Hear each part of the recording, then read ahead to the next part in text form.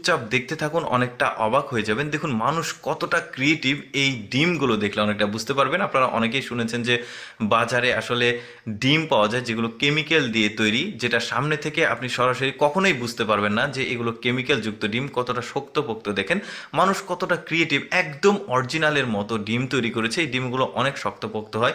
এই ডিমগুলোর যে কুসুম, এই ডিমগুলোর ভেতরে সাদা যে পানীয়টা থাকে সেটা, মানে সাদা যে অংশ, সেটা সব কিছুই কিন্তু হুবহু ওই রকমভাবেই ওরা তৈরি করছে। এই যে দেখতে পাচ্ছেন ফ্যাক্টরিতে এখানে প্রোডাকশন হচ্ছে, সবগুলোই কিন্তু কেমিক্যালের ডিম, যেগুলো বাজারজাতকরণ হয় আমরা অনেকেই চিনি না।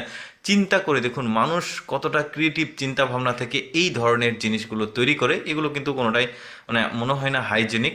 তারপরেও আপনারা দেখতে পাচ্ছেন একদম অরিজিনালের মতোই লাগছে দেখতে।